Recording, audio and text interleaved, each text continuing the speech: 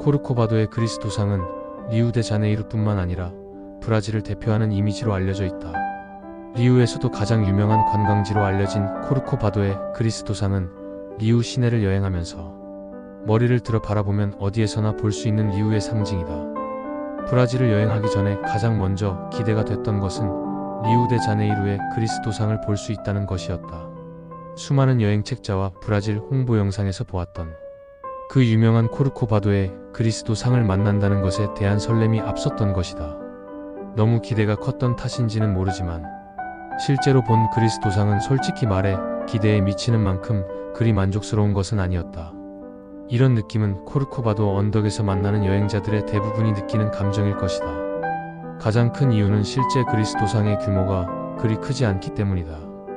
브라질 홍보 영상에서 보았던 산꼭대기에 어마어마한 그리스도상이 실제 마주하면 이 정도 규모의 예수상은 볼리비아의 코차밤바나 칠레 산티아고의 마리아상이나 비슷하다는 느낌을 주는 정도였다. 그리스도상보다는 오히려 언덕 아래로 내려다 보이는 리우데자네이루 도시와 항구의 아름다운 풍경에서 여행자들은 더욱 감동을 느끼는 것 같았다. 특히 저녁의 해안선을 따라서 반짝이는 불빛이 영롱한 리우의 야경은 세계 3대 미항이라는 수식어가 자연스럽게 떠오를 만큼 황홀한 밤의 아름다움을 보여준다. 특히 밤에 그리스도상을 비추는 조명은 붉은색과 파란색 등 여러 가지로 번갈아 바뀌어 가면서 빛을 발하고 있다.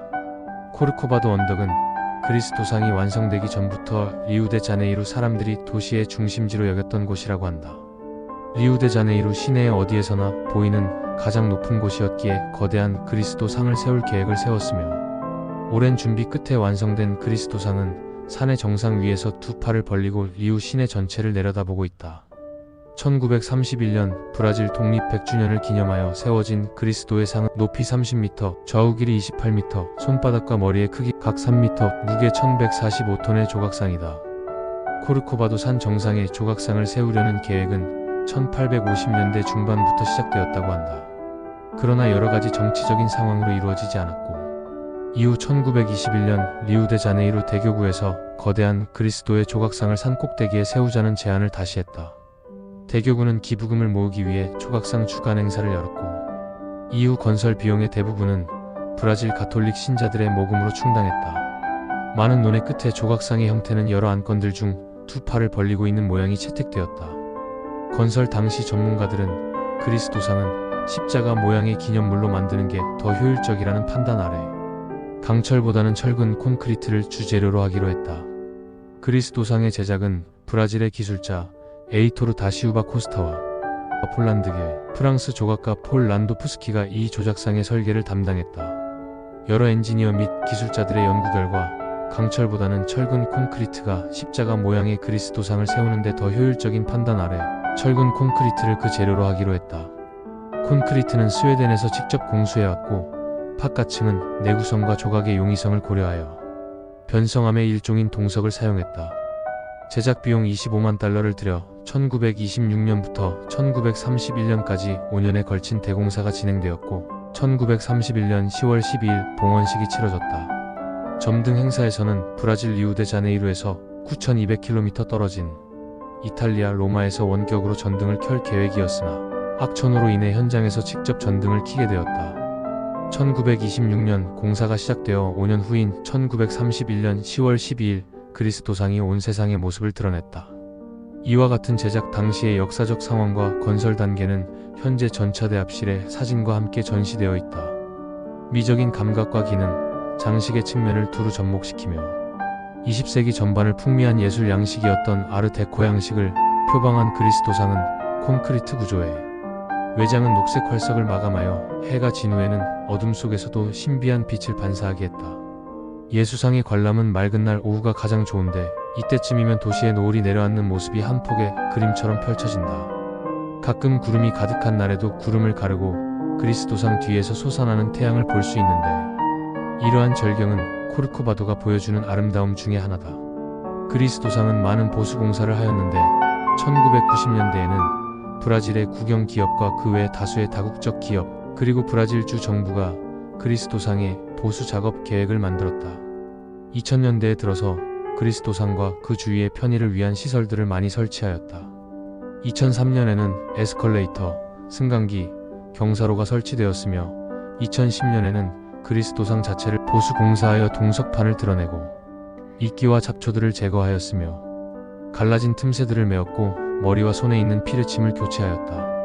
복구 공사에는 100명이 넘는 인력이 참여하였고 6만 개가 넘는 돌들이 그리스도상을 지을 때 사용된 바로 그 채석장에서 직접 캐내어졌다. 그리스도상이 다시 대중들에게 공개될 때 당시 2010 피파 월드컵을 기념하여 브라질의 상징색인 노란색과 초록색 빛으로 그리스도상을 비추었다. 그리스도상은 워낙 높은 곳에 세워져 있어 끊임없이 강풍과 풍화에 시달리기 때문에 보수 공사는 주기적으로 이루어져야만 한다. 특히 이곳에 치는 낙뢰의 빈도가 높아 그 위험은 더욱 크다. 원래의 밝은색 돌이 더 이상 그 채석장에서 나지 않기 때문에 현재 교체되는 돌들의 색상은 점점 더 어두워지고 있다. 2007년 7월 7일 스위스의 본거지를 둔 세븐 원더스라는 민간 단체에서 리우데자네이루의 그리스도상을 새로운 세계 7대 불가사의 중 하나로 선정하였다. 선정 당시 브라질에서는 일반 기업체들의 지원 아래 투표 캠페인이 벌어졌는데 브라질 최대 민영 언론 매체와 은행을 비롯한 기업의 스폰서들은 7대 불가사의에 예수상이 뽑히도록 하기 위해 수백만 달러에 이르는 돈을 쓰고 인터넷 투표로 선정되는 점을 이용하여 네티즌들에게 적극적으로 표를 행사할 것을 권장해서 물의를 일으킨 일이 있었다.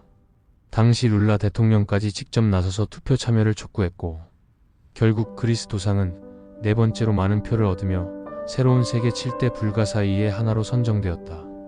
이에 대해 룰라 대통령은 성명을 발표하고 환영의 뜻을 밝혔으나 프랑스나 스페인 등 세계 7대 불가사의 후보에는 올랐으나 인터넷 득표수가 모자라 등록을 시키지 못한 국가에서는 전세계적 차원의 코미디라는 표현을 사용하며 강한 불만을 제기하였다. 이들이 내세운 이유로는 건립연대가 비교적 최근이고 건축 양식이 독특한 것도 아니며 한 사람이 여러 인터넷 주소를 사용할 수 있는 투표 체계상 인구가 많은 브라질이 선정에 유리할 수밖에 없었다는 것이었다. 그러나 브라질 정부는 다른 나라의 비난에는 개의치 않고 그리스도상이 7대 불가사의에 등재되자 관광객 유치 활성화를 위해 코르코바도 산 정상을 성역화하고 주변 지역 정비 작업에 착수하게 된다.